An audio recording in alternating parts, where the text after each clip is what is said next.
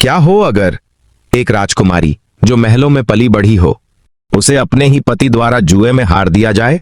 यह कहानी है एक ऐसी राजकुमारी की जिसने प्रेम के लिए अपना सब कुछ खो दिया।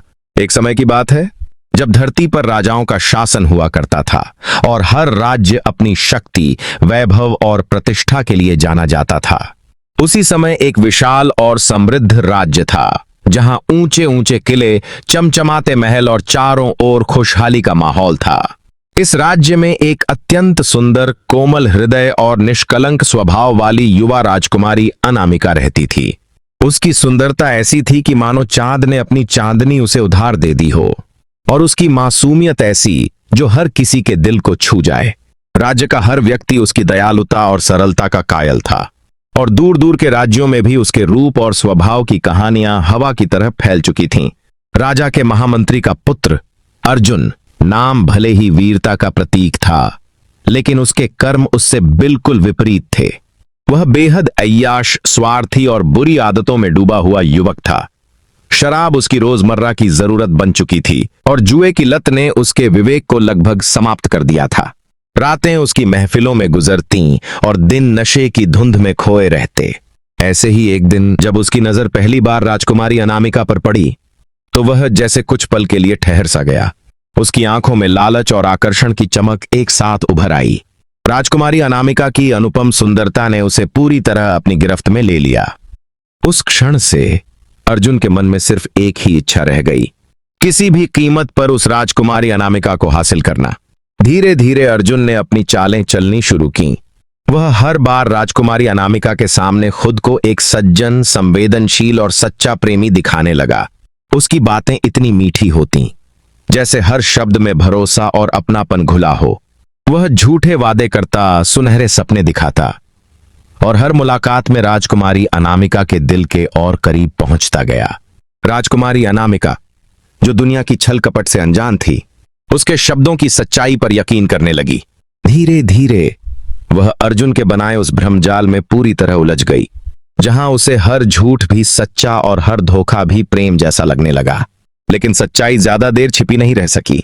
एक दिन राजा को अपने विश्वसनीय गुप्तचरों से इस संबंध की खबर मिली। जैसे ही यह बात उनके कानों तक पहुंची, उनका चेहरा कठोर हो उठा और आंखों में चिंता के साथ क्रोध भी झलकने लगा। उन्होंने तुरंत राजकुमारी अनामिका को दरबार में बुलवाया। भरे दरबार में भारी और दृढ़ आवाज में उन्होंने कहा, यह संबंध हमारे राज्य की मर्यादा के विरुद्ध है, और वह युवक इस योग्य बिल्कुल नहीं है कि वह हमारी पुत्री का हाथ थाम सके। फिर उन्होंने बिना किसी हिचक के अपना निर्णय सुना दिया। यह विवाह कभी नहीं होगा। उनके शब्दों में इतनी कठोरता और अंतिमता थी कि पूरा दरबार एक पल के लिए सन्नाटे में डूब गया। लेकिन प्रेम की भावनाओं में डूबी राजकुमारी अनामिका अब किसी भी समझाइश को सुनने की स्थिति में नहीं थी। एक गहरी और सन्नाटे भरी रात में, जब पूरा महल नींद में डूबा हुआ था, राजकुमारी अनामिका ने एक ऐसा निर्णय लिया जिसने उसकी पूरी जिंदगी बदल दी। धीरे धीरे, बिना किसी को बताए, वह महल की ऊंची दीवारों और अपने शाही जीवन को पीछे छोड़कर अर्जुन के साथ निकल पड़ी। उस पल उसके दिल में सिर्फ प्रेम का भ्रम था और भविष्य के सुनहरे सपनों की उम्मीद।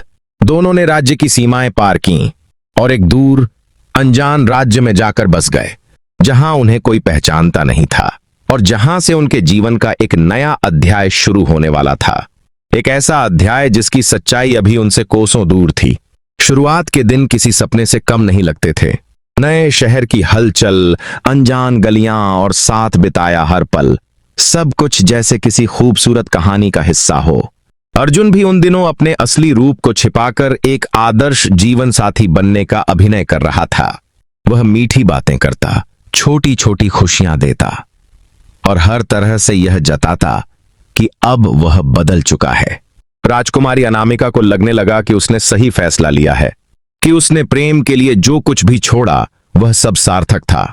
दोनों ने मिलकर एक नया घर बसाया और एक नई शुरुआत की, जहां उम्मीदें थीं, सपने थे और एक ऐसा विश्वास जो जल्द ही परीक्षा में पड़ने वाला था। कुछ समय बीता और एक दिन वह खबर आई जिसने सब कुछ बदल दिया। राजकुमारी अनामिका गर्भवती थी। यह सुनकर जहां राजकुमारी अनामिका के मन में एक नई उम्मीद, एक नए जीवन की खुशी जागी, वहीं अर्जुन के मन में कुछ और ही चल रहा था। और यहीं से कहानी ने एक खतरनाक मोड़ ले लिया। अब अर्जुन को पूरा यकीन हो गया था कि राजकुमारी अनामिका उसके बंधन में पूरी तरह बंध चुकी है, कि अब वह कहीं नहीं जा सकती, चाहे हालात कितने भी बुरे क्यों न हो जाएं। धीरे धीरे उसका असली चेहरा सामने आने लगा। वह अब पहले जैसा मीठा और ख्याल रखने वाला नहीं रहा। उसकी बातों में कठोरता आ गई, व्यवहार में क्रूरता झलकने लगी। जिस प्रेम का वह नाटक कर रहा था, अब वही मुखौटा उतरने लगा और उसके पीछे छिपा निर्दयी और स्वार्थी इंसान खुलकर सामने आने लगा। अब हर दिन एक नई पीड़ा लेकर आता था। अर्जुन रात ढलते ही नशे में चूर होकर घर लौटता, आंखें लाल, कदम लड़खड़ाते और आवाज में क्रोध भरा होता। बिना किसी कारण के वह राजकुमारी अनामिका पर चिल्लाता, उसे अपमानित करता और कई बार तो अपनी सारी हदें पार करते हुए उस पर हाथ भी उठा देता। वह घर, जो कभी नए सपनों का आशियाना लगा था, अब एक कैदखाना बन चुका था, जहां हर दीवार दर्द की गवाही देती थी। दिन में अर्जुन अपने मित्रों के साथ जुए की महफिलों में डूबा रहता। वह अपनी समझ, अपनी इज्जत और धीरे धीरे अपनी जिंदगी तक हारता जा रहा था। और उधर राजकुमारी अनामिका हर दिन चुपचाप यह सब सहती रही, क्योंकि अब उसके पास न लौटने का रास्ता था, न किसी से मदद मांगने का साहस। एक दिन वह घड़ी आ ही गई जब अर्जुन ने इंसानियत की हर सीमा लांघ दी। जुए की उस काली महफिल में, जहां हर दांव के साथ उसकी समझ और सम्मान दोनों खत्म होते जा रहे थे, वह लगातार हारता चला गया। उसकी आंखों में अब केवल हताशा और पागलपन था, और उसी अंधेपन में उसने एक ऐसा फैसला लिया जिसने सब कुछ बर्बाद कर दिया। हारते हारते उसने अपनी ही पत्नी, उस मासूम राजकुमारी अनामिका को दांव पर लगा दिया। कुछ पल के लिए वहां सन्नाटा छा गया, लेकिन अगले ही क्षण पत्ते खुले और अर्जुन हार गया। उस एक हार ने राजकुमारी अनामिका की पूरी दुनिया छीन ली। वहां मौजूद एक धनी व्यापारी ने उस दांव को जीत लिया और बिना किसी भावना के उसे अपनी संपत्ति समझकर अपने साथ दूसरे राज्य ले गया। राजकुमारी अनामिका की आंखों में आंसू थे, दिल में डर और टूटन, और सामने एक ऐसा अंधेरा भविष्य जिसका कोई अंत दिखाई नहीं देता था। कुछ समय बाद जब उस व्यापारी को यह सच्चाई पता चली कि राजकुमारी अनामिका गर्भवती है, तो उसके कठोर मन में भी एक पल के लिए करुणा जाग उठी। वह समझ गया कि यह कोई साधारण स्त्री नहीं, बल्कि हालात की मारी एक बेबस और पीड़ित महिला है, जो पहले ही बहुत कुछ खो चुकी है। उसकी आंखों में भरे आंसू और चेहरे पर छिपा दर्द देखकर व्यापारी का हृदय पिघल गया। उसने कोई लालच या स्वार्थ नहीं दिखाया, बल्कि एक मानवीय निर्णय लिया। वह राजकुमारी अनामिका को अपने साथ दूर जंगलों के बीच स्थित एक शांत और पवित्र आश्रम में ले गया, जहां एक ज्ञानी और दयालु युवा ऋषि निवास करते थे। वहां पहुंचकर उसने राजकुमारी अनामिका को सुरक्षित हाथों में सौंप दिया, ताकि उसे शरण मिले, सम्मान मिले और एक नई शुरुआत का अवसर भी।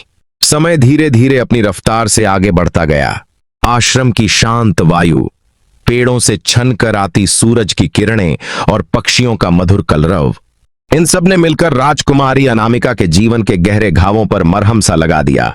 वह जो कभी दर्द और अपमान के अंधेरे में डूबी हुई थी, अब प्रकृति की गोद में एक नई शांति महसूस करने लगी थी।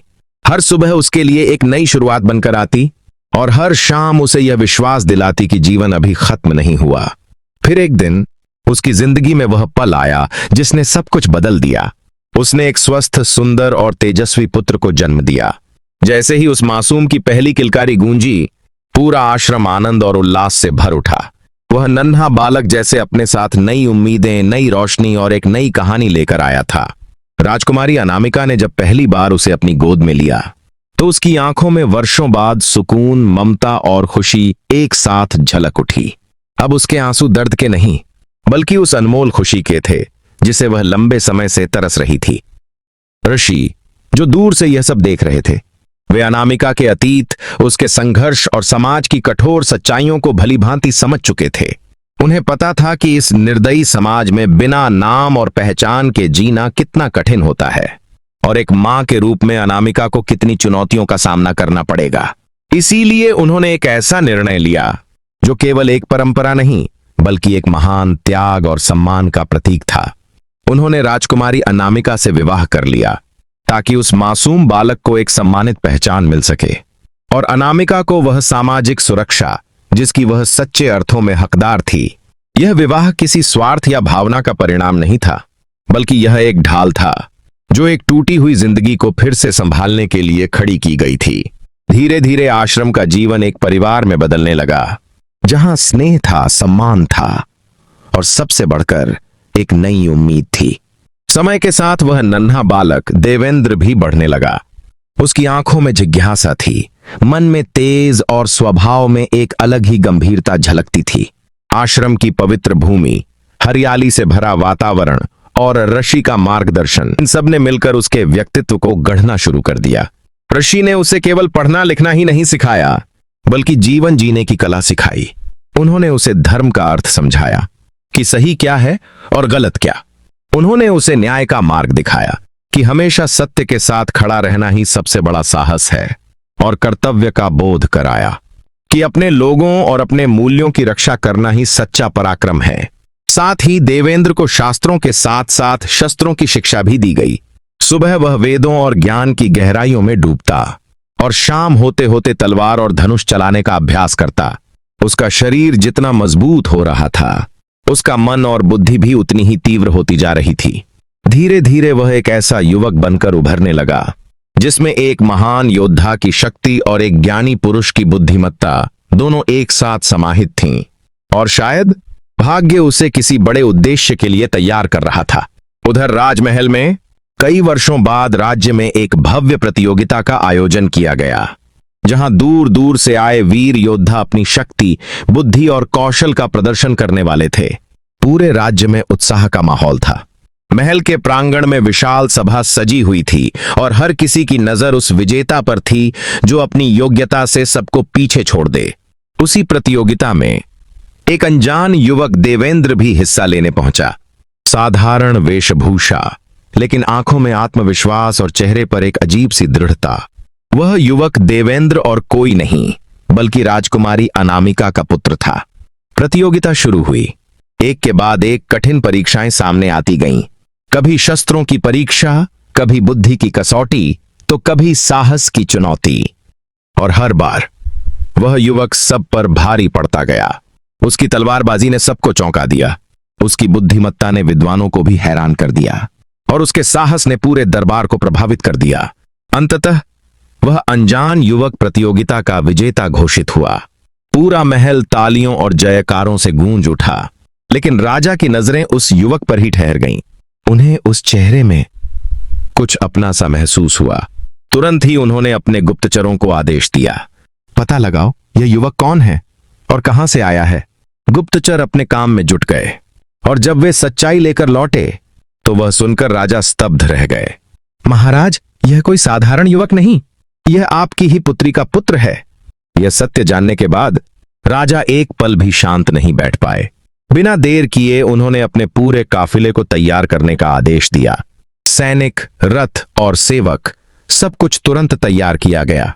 राजा स्वयं उस यात्रा पर निकल पड़े, दिल में वर्षों की तड़प, पछतावा और अपनी बेटी से मिलने की बेचैनी लिए। लंबा सफर तय करने के बाद वे आखिरकार उस शांत आश्रम तक पहुंच गए जहां उनकी खोई हुई दुनिया बसी हुई थी। जैसे ही राजकुमारी अनामिका की नजर अपने माता पिता पर पड़ी, वह पल जैसे समय को थाम गया। सालों की जुदाई, दर्द और यादें, सब कुछ उसकी आंखों से आंसुओं बनकर बह निकला। वह दौड़कर अपने माता पिता के पास पहुंची और उनसे लिपटकर फूट फूट कर रोने लगी, मानो बरसों का दर्द आज बाहर आ गया हो। समय ने बहुत कुछ बदल दिया था। अब राजा के पास न कोई योग्य उत्तराधिकारी था, न भविष्य को सौंपने के लिए कोई सहारा। लेकिन अब किस्मत ने जैसे उन्हें एक नया अवसर दिया था। उन्होंने अपने सामने खड़े उस तेजस्वी और वीर युवक देवेंद्र को देखा, जिसकी आंखों में साहस था, मन में ज्ञान और रक्त में उनका ही वंश बह रहा था। तभी राजा ने एक बड़ा और ऐतिहासिक निर्णय लिया। उन्होंने अपने नाती को ही राज्य का अगला उत्तराधिकारी घोषित कर दिया। पूरा दरबार इस घोषणा से गूंज उठा और वर्षों बाद राजमहल में फिर से उत्साह और उम्मीद लौट आई।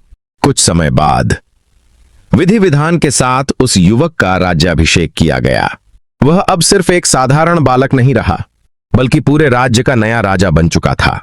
और जैसे जैसे समय बीतता गया, उसने अपने न्यायप्रिय स्वभाव, गहरे ज्ञान और अद्भुत पराक्रम से राज्य को नई ऊंचाइयों तक पहुंचा दिया। उसके शासन में प्रजा सुखी रहने लगी, राज्य फिर से समृद्ध, शक्तिशाली और गौरवशाली बन गया, मानो एक नई सुबह ने पूरे राज्य को फिर से जीवित कर दिया हो। सीख: झूठा प्रेम हमेशा विनाश की ओर ले जाता है। सच्चाई और धैर्य अंत में सम्मान और न्याय दिलाते हैं। एक मां का संघर्ष कभी व्यर्थ नहीं जाता। अगर आपको यह कहानी अच्छी लगी हो तो एक लाइक जरूर करें, अपने दोस्तों के साथ शेयर करें और ऐसे ही दिलचस्प कहानियों के लिए चैनल को सब्सक्राइब करें। धन्यवाद दोस्तों, मिलते हैं अगली कहानी में। जय श्री राम।